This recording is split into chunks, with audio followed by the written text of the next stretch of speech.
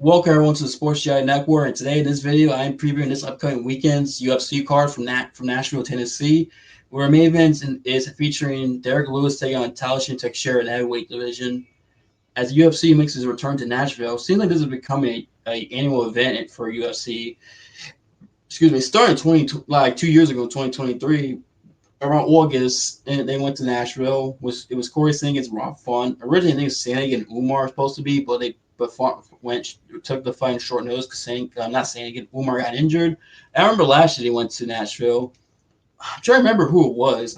I forget. But I remember last year they did go to Nashville. So UFC started making an annual trip of going to Nashville for fight nights around the summertime.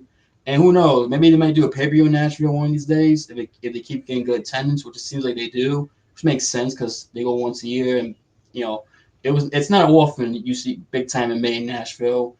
Like Strikeforce went one time back in 2010, back in the day when Strikeforce was the number two company and a legit challenger to the UFC. But yeah, that infamous brawl with Jake Shields, with Mayhem Miller, excuse me, and Jake Shields and Shields' crew, the Scrap Pack, Nick and Nate Diaz, excuse me, and Gilbert Melendez and all those guys. I don't know if Gilbert was there, but I remember Diaz brothers were there. I'm pretty sure. And that whole brawl, I got Strikeforce kicked off CBS because of the brawl, which is all that stuff. So yeah, MMA. There's a history of Nashville MMA, but it's like it's not they go there all the time. It's like recently UFC started going to Nashville, and it's good for the people of Nashville because Nashville seems like a very popular city. People talk about positively. A lot, it's a home of country music. I mean, a lot of country stars come from there, and people like traveling there. It seems like a nice city. Like I would like to go to Nashville myself just to check it out. Tennessee in general seems nice. Like I driven by it. Well, I was on a car as we were driving past Tennessee. And Tennessee has a lot of mountains and hills and looks beautiful. So Tennessee seems cool. And Nashville definitely seems cool. It's a city to check out. And it's good for people in Nashville for them to have that UFC event come there every year. This card is a okay card. Not the worst card in the world, but it's not exactly like elite. Like, oh my goodness, this is one of the great fight nights cards of the year. It's not like that, but it's not terrible either. It could be better, obviously. A lot of these UFC cards could be better, but they will have to, do certain. They will have to, like, in my opinion, cut some of the events they do, so that way we can have more stat cards. But that's its own video in itself. But yeah, let me just pull up the card real quick. I'm gonna try something a little different and see, and hopefully, if it goes well in the video, I'm probably gonna try to do this more going forward. Something I've been wanting to do for a while, but I didn't want my laptop because when I try to do this stuff like this, share screen and stuff, my computer, my laptop sometimes like it freezes, so I'm afraid it's kind of slow on the video, and I don't want to be all glitchy. Then it looks bad. So I'm gonna try to see if it works. So hopefully it works. Give me one moment, people. Let's try this. Hang on. And then we're going to go here. Give me one moment here. Let me pause the video real quick. It'll be easy.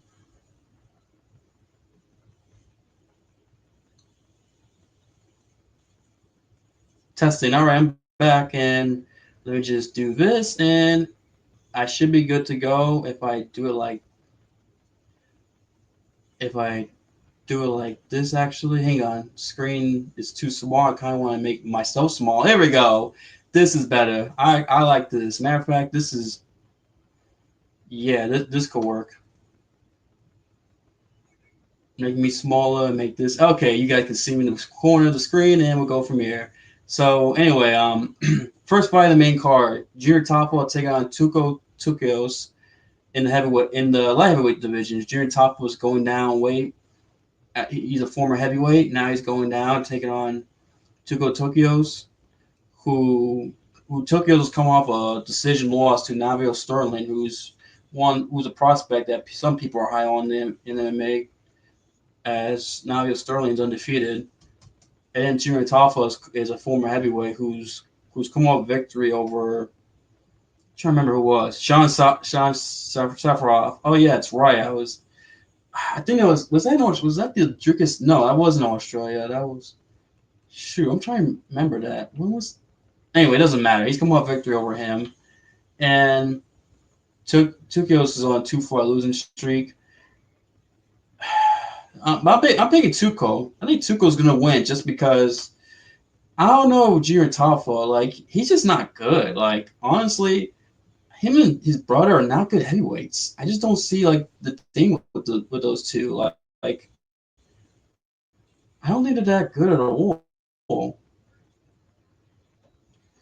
I don't. Junior Taupo has no ground game. Tuco has somewhat of a ground game, and I don't know. And plus, Junior Taupo like at times was gassing out in his last fight, and his gas and it seems like he's somewhat has gassed out before in his previous heavyweight fights. And it's like if you're gassing at heavyweight where you're not cutting weight, and that imagine what happens when you actually have to cut down weight. Like his list here, he's 241. That probably was his last fight. So he coming from 241 to 205, which is about like what is that like 35 pounds. He has to cut at least to make the limit of 205. Give you that 206, 1 pound advantage you can have or leeway. And it's like for me, it's like if Tough can, it's like, man, if you're gassing out heavyweight and then you got to cut weight, and you've never done it before. First of all, can he make weight? Does he have a good weight cut? Even if he does, like, can he stay on? Like, is he gonna be able to have the energy to go over 3 rounds, especially against someone who's used to fighting heavyweight? I just don't see it. I mean, I could be wrong, but Junior Tough I don't think is that good as I'm getting advertisement here with freaking Tapology. But yeah, like I just don't see it with Junior Tough. Well, plus his ground game ain't that good. I don't know why he's getting added. Let's go. Anyway, Toppo doesn't have a good ground game. I just don't trust him at all. Not a great fighter, especially gets tired, got gas in heavyweight. It's like, man, I just don't know if he can has the energy to go fight 15 minutes in light heavyweight. I'm just going with Tukos to win this fight, probably by ground and pound or by submission. Nah, actually, you know what? Decision. He probably gets a decision victory. No, actually, you know what? TKO. He might. Who knows? He might tire a top foul and he can't defend, so the ref might stop it. It'll probably be a decision or like a TKO somewhere in the second round, probably. But Taffa could prove me wrong. He might be lightweight. He may be a natural heavyweight. Maybe he actually gets in shape and fixes that cardio, and we find out 205 is his natural weight class. He's being more in shape, but we'll see. I got Tuco win this fight. As we transition from that fight to the next fight in the main card, which is in the actually in the heavyweight division, ironically enough, because being a former heavyweight, and now you got freaking Victor Petrino going up a heavyweight.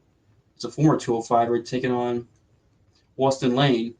As I as I click Victor Petrino's profile, Vitor Petrino is on a 2-fight losing streak. Got knocked out by Dustin Jacoby or TKO in the third round, the last fight against Dustin Jacoby, and then before that got fraud checked by Anthony Smith, submitted by Anthony Smith. After doing all right in the first round, well not the first round, early in that round, he basically went for a takedown, got guillotined, and Smith, and it's just a bad look. Game Smith losing Anthony Smith in 2024, not a good look. Anthony Smith was washed at that point, done. He basically, Smith got him a guillotine and choked him out, and just was a horrible look, especially losing by a guillotine to Anthony Smith of all people. I guess Smith has a good submission game, but still, this is wash Anthony Smith, and you got submitted by him. Not a good look, terrible. Listen, Jacoby fight was doing all right. He was doing so okay, but Jacoby's such a clean kickboxer. He's a guy who fought Glory Kickboxing, and I think it was a champion Glory Kickboxing. I don't remember if he was Jacoby, but I do know that Jacoby, is a guy who had a good kickboxing career. And the stand-up fight, Jacoby has an advantage over most guys, and did it very. And he held his own before Jacoby finished him, but Jacoby is very good. So that's not a bad loss to have. He looked all right. He's going to heavyweight. He's a big favorite, ironically enough. You see here, minus 60 odds on Tabology. Austin Lane's a big underdog. Austin Lane's coming off a loss his last fight. I'm trying to see who it was. It was to Mario Pinto, right? KO. I mean, the thing with Austin Lane is he does have a football background. He played in the NFL. He's athletic, big. He's 6'6". He has a 2.5-inch reach advantage, but he's very chinny. He gets knocked out easily. He's been knocked out a lot in his career. He got knocked. He got finished by Justin Toffel, ironically enough, which is just not good luck. Toffel got KO, knocked him out. Then after that, he got finished by Jonata Diniz, that's an okay fighter, but still, he does get knocked out a lot. Austin Lane. I'm trying to see how many knockouts he has. Because he's been knockouts. How many times it's been finished? Because Greg Hardy, I remember finished him in the Contender Series. That's how Greg Hardy got into the UFC. Who ironically was a former football player, just like Austin Lane. Now had more success in the NFL and had higher profile because he was a better player, but also the controversy with him, with his girlfriend or ex-wife, after, that whole situation. And I'm trying to see how many times it's been finished. It tells me if I just go up. 6 times been finished. All six of his losses are by KO, TKO. I mean, he's very chinny, super chinny. That is not good. That's terrible. I mean, he got finished by Frank Tate after getting finished by Greg Hardy. Vernon Lewis knocked him out. And he went on a little run to get in the UFC. And he won a Contender Series fight, but since then he's only had one victory, and that's against Rebeldes de Spain, which, yeah, Rebeldes de Spain did not turn out to be very good. But yeah, I'm going with freaking Victor Petrino. Hits hard. He's got power in his hands. Can finish you. I think not cutting light heavyweight's going to help him, especially considering he is a pretty good. He is somewhat big. I mean, he's not tall necessarily. I think he's 6'2". Yeah, 6'2", but he's kind of like, he's somewhat kind of a bigger, like muscular, like light heavyweight. Being younger too. He's 10 years younger than Austin Lane. So usually fighters who have that like a huge age gap who are younger tend to do better than the older guys typically. Especially in this situation, Austin Lane's not that good. Very chinny, gets hit a lot. Victor Petrino power. Yeah, I'm picking Victor Petrino. I'll be shocked if Austin Lane won. Petrino in knockout, TKO. Yeah, he's going to. Like, there's no way he loses this fight. Like, if Petrino loses this fight, wow, I'll be shocked. I mean, I feel so bad for Petrino. I don't know what he should do. But yeah, I'm going for Petrino. He should win this fight.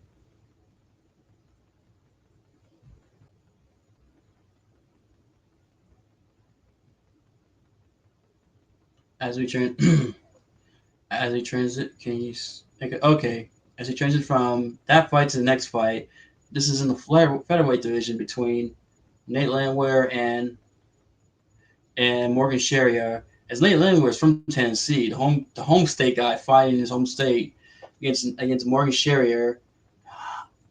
Now, don't the record fool you. Morgan Sherrier is a lot better than his record indicates. Like, he had a lot of early losses, but he's putting a lot of good victories together. I know he's come up with that last loss to Nathaniel Wood, but Nathaniel Wood's very underrated.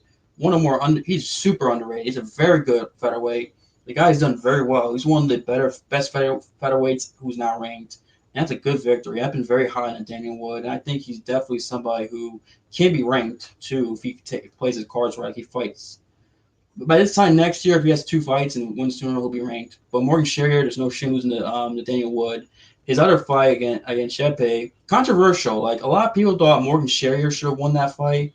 That the judges got that wrong. So it was kind of a controversial decision. Morgan Sherrier, I think, is better. He's younger, obviously. Just a better overall striker, and has just a better mixed martial arts at the moment than Nate Landwehr. Landwehr's fun, exciting, but a lot of his victories are like comeback victories where he gets beat up in the first round, but then he comes back and wins. And I feel like you can't do it against someone like Morgan Sherrier, who's in his prime, younger, good fire raw, has good stand up too. On top of that, very good fighter, and he's a favorite for a reason. I just think I think Nate Landwehr is going to want to put on a show. Obviously, fighting his home state of Tennessee, he wants to go out there and put on a win from his family and friends. I'm pretty sure his family and friends are going to show up at the event. I mean, let's be honest. I'd be shocked if they don't. Why not? Got a chance to have their friend or family member fight in his home state. I don't know why they wouldn't show up. Good fighter, very good. Landwehr, but he's a good fighter in terms of like he's fun to watch and he's good. But I think Sherrier's better. Sherrier's going to beat him up, and I think Nate Landwehr. His last fight was a TKO loss to freaking Duho Choi. Before that, he got victory against Jamal Emmers, and then he lost to Danny Ye, which Danny Ye's good. And then he's got victories. He got 2 victories before the Ye lost, and one is David Onama, which is starting to age well. Onama victory. So good for him there. But yeah, I just think with Landwehr, it takes too much damage early on, relies on comebacks to win. I just don't see him making comebacks more than Sherry. I think Sherry is going to start fast, beat him up, and just cruise to a decision victory. Now Landwehr will make it tough. Like I don't know if Landwehr gets finished. Maybe he might get. He's taking a lot of damage in this fight, so who knows? Maybe Landwehr's chin goes out. It's possible, but I'm not sure though. I'm gonna say Nate Landwehr loses by decision. I think Sherry is gonna start fast, is able to just beat him up and do enough to win each round. I think Landwehr has moments where he'll do well, he'll force the action, but I just think Sherry is just too good. It's gonna pick him apart, and beat him up for these next 3 rounds. I just don't see Sherry losing. I'll be shocked if he lost. And Landwehr's good, but he's not like a very good fighter. He's not like elite like that. I said because stage difference. Sherrier is 8 years younger than Landwehr, and usually the guys in that scenario, the younger guy tends to win, especially in that scenario where the age gap is that big. Unless the older fighter is just so elite, but Landwehr's not that guy. Let's be honest. Good fighter, but not like that. Sherrier should win, obviously. As a change from that fight to the next fight, which is in the featherweight division, Calvin Kattar versus Steve Garcia. I'm picking Steve Garcia. Calvin Kattar, since that injury, man, to who was he got injured against? I'm trying to remember who was that. Let me check. Let me check his topology because he suffered a bad knee injury, was gone for over a year, and then he came back and hasn't looked the same since. Like, he's a shell of his former self. Because Calvin Kattar before the injury was one of the better featherweights. He was a top 10, top 5 featherweight. This is a guy who was not far away from getting a title fight. Remember when he fought Max Holloway, if he had won that fight, he probably would have gotten a title fight. I remember he got screwed, robbed by the judges in a terrible, one of the worst decisions in recent memory against Josh Emmett. Wade Khalil won that fight, but the judges for some odd reason gave the fourth round to Emmett, even though Khalil lost that round. That was just terrible, man. That was a horrible decision. For horrible judging. This horrible judging by freaking the judges there in that fight.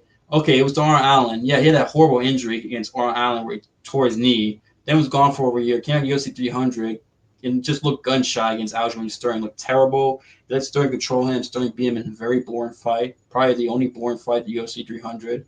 That sucked. Then lost to Zlab where third round, I think Kattar did all right in the third round, but Zlab just basically went out there and freaking just coast was able to like run away and just get a victory while taking too much damage. But yeah, like he's older, Calvin Kattar, 37, come off a knee injury. He doesn't look the same as before the injury. Steve Garcia is on a roll. He had some troubles early in his career, but since then he's putting on very good performances. He's on a 5 fight win streak, and he's got all 5 KO to TKOs. Cal Nelson's last fight 9 months ago, and 2 months before that he finished Su Wu Choi, and they did all KO and TKO by the way too. All these finishes, all these victories you see here. He finished Chase Hooper.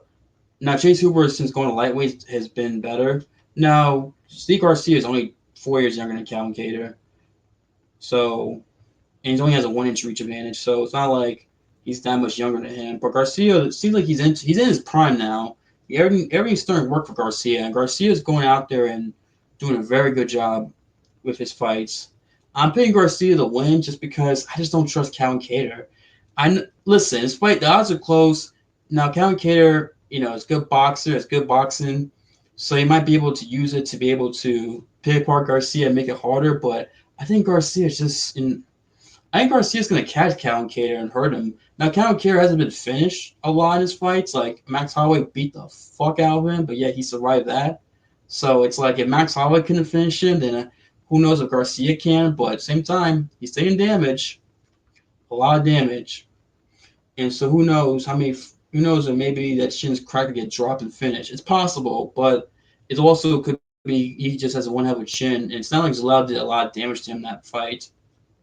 Zal didn't do too much damage or near to Aljamain Sterling since those 2 fights he's had since that comeback, that injury. So I think Garcia's gonna win. I got him winning by probably by decision. I think that knockout streak ends, but I think he's gonna hurt Cater badly, like drop him or like stun him badly, but I think Cater's going to survive.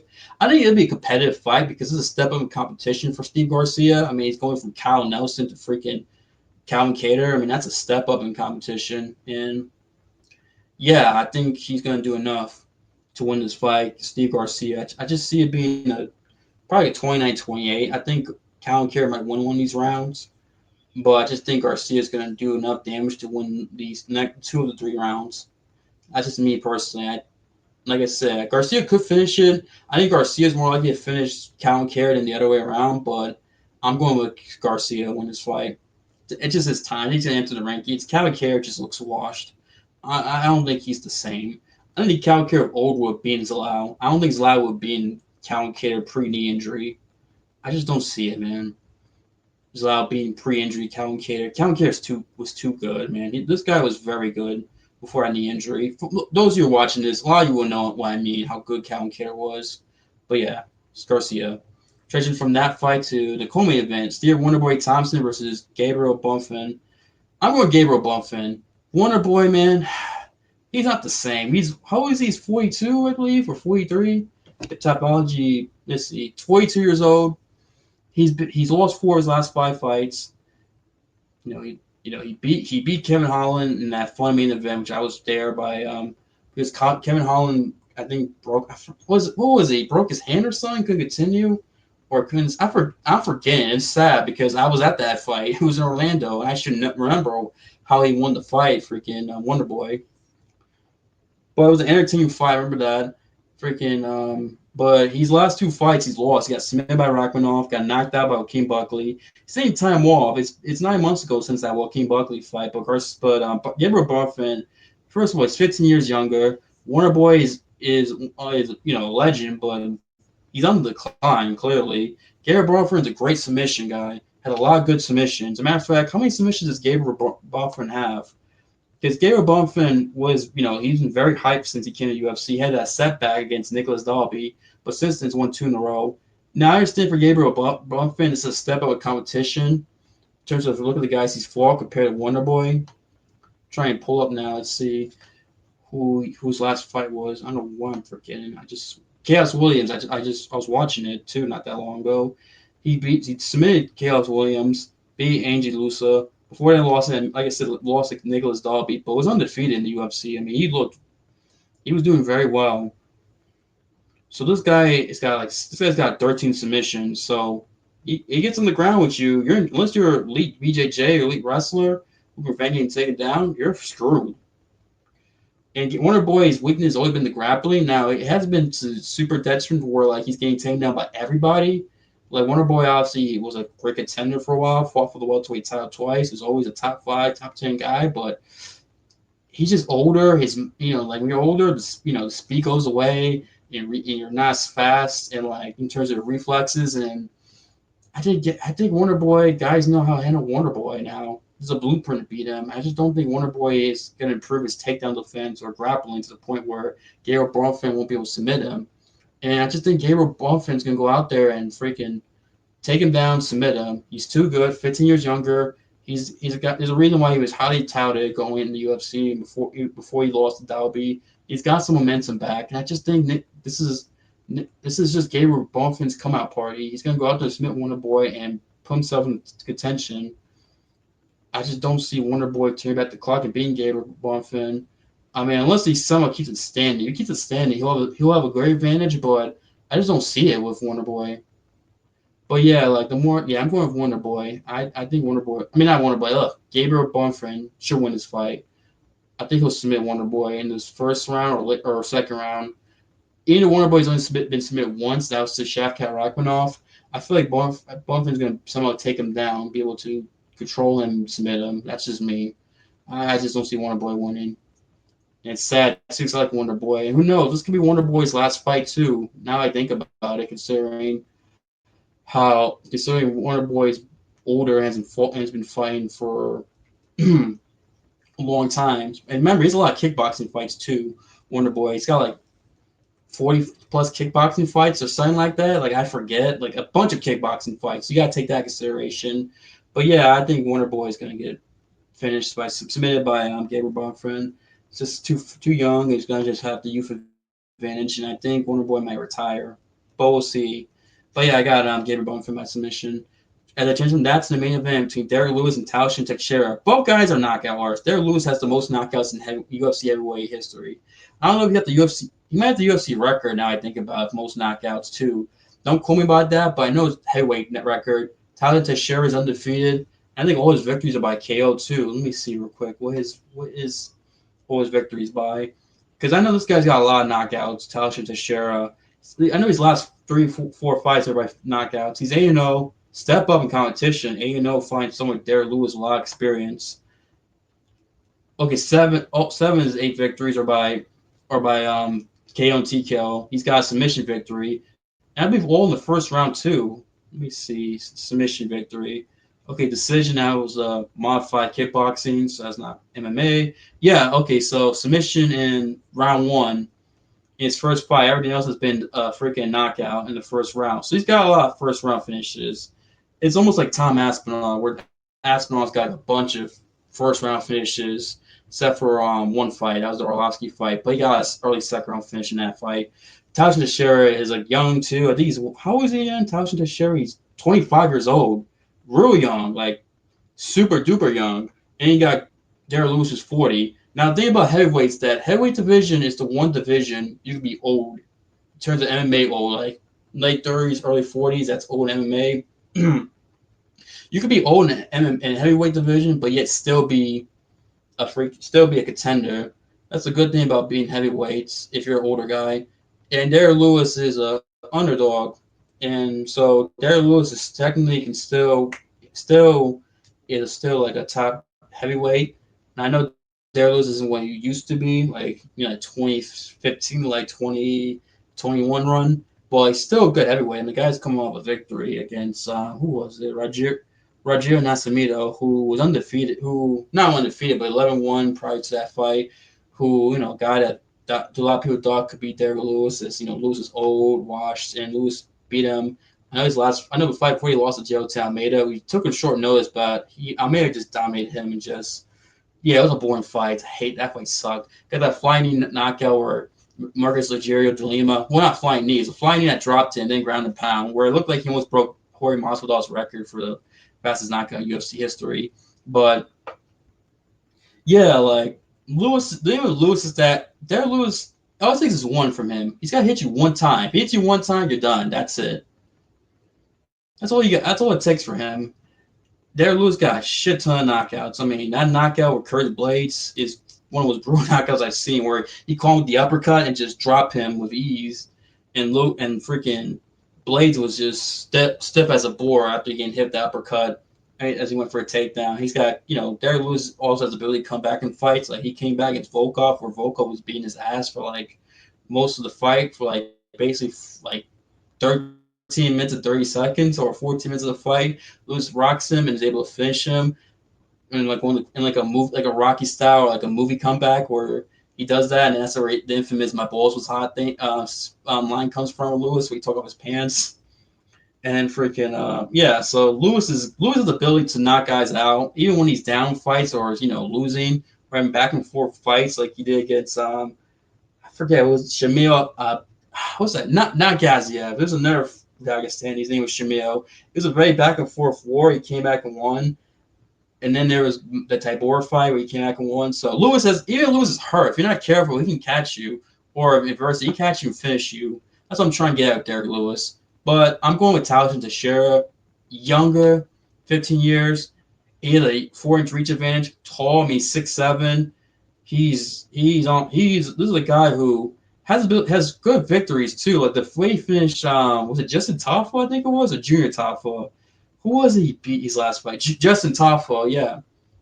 Freaking elbows. He hit him with a good knee that just needs the gut that just freaking stopped him in his tracks, and then freaking went out there and freaking elbowed him and dropped him. It was a beautiful knockout, man. That knockout he did in his last fight was super impressive. I was like, wow.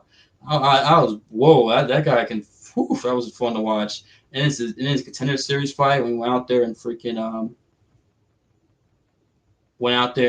knocked out his opponent there. That was a very good knockout as well. So Yeah, I'm trying to get this. There we go. Okay, now it's back. All right, screen. Anyway, so yeah, like Tallison Teixeira has impressed me with knockouts. I think he's gonna finish Derrick Lewis, and this sucks because for those of you who don't know, Derrick Lewis is my favorite. Is one of my favorite fighters of all time. He's in like my top 10 favorite fighters. I love Derrick Lewis as a fighter. He's been one of my favorites for since like 2015, 2016. Yeah, he's funny as fuck, fun, entertaining fights. Not for the most part, he's had a few stinkers like the him and Ngannou freaking sucked. That was easily one of the most frustrated fights I've ever watched. That fight disappointed me. Probably most disappointed I've ever been in a fight was that one. Hated the fight, still hate it to this day. Him and Ngannou, terrible fight. And the Almeida fight was not a good fight because Almeida just held him down, just didn't try anything, and Lewis couldn't do anything either. So yeah, that fight sucked. But Lewis is in a lot of entertaining fights for the most part. He's a great personality. He's funny. He's fun. Good. Most part, good fights. Great knockouts. Yeah, I'm a big Derrick Lewis guy. I would love for him to win this fight and beat Tallison Teixeira, but I just don't see it. I think Tallison Teixeira is the real deal. I really do. Like I think that guy could be a contender in the heavyweight division. Like I think by the end of 2026, he'll be a top 5 heavyweights. That's my bold prediction. I think he's going to finish Derrick Lewis in the first round, too. I think he's going to drop him and just beat him because Derrick Lewis has been finished before and can get finished. And so I think, and plus, Tallon Teixeira has no problem throwing knees. And I think he throws a perfect knee against Derrick Lewis, who, to Lewis's gut. Like Derrick Lewis has been hit with body shots to where it kind of like stops him in his tracks. And I think Tallon Teixeira, if you watch film, probably knows that and knows he can do that. I think he'll hit Derrick Lewis. He'll get Derrick Lewis in a clinch situation, knee him to the gut, drop Lewis or hurt Lewis and then he'll just throw an elbow or a punch in the clinch that drops Lewis and finishes him. So much like he did against Junior Justin Toffolo in his last fight. Something like that. That's why I predict for Tallison Teixeira. I think Teixeira is going to beat him and finish him in the first round. And I think Teixeira is going to announce himself as a ranked heavyweight. And like I said, don't be surprised that Tallison Teixeira at the end of next year's top 5 heavyweight. I think that's possible. I really do. Like I'm really high on Tallison Teixeira. I think he has the ability to do it. But that's just my thoughts. None of you guys' thoughts are this card in terms of what you think about the card, whether or not you like it, don't like it, who you think is going to win and why, and let me know. And hopefully it went well, the whole screen sharing thing, because like I said, I've never done it before. It's my first time, and I kind of want to start doing that more of these cards, like going to Tapology and showing the fights and stuff. So hopefully it went well. Anyway, thank you guys for watching, listening. I'll see you guys next time. Have a good day, good night, and stay safe, and we'll go from there. And yeah, and thank you guys for watching. Don't forget to watch my other video about the UFC White House, my thoughts about it, and my thoughts on Jones and McGregor and their thing. If you haven't watched it, check it out. By the time this gets uploaded, that video should have been uploaded. But yeah, thank you guys for watching. Have a good day, good night. I'll see you next time. Peace. God bless. Stay safe.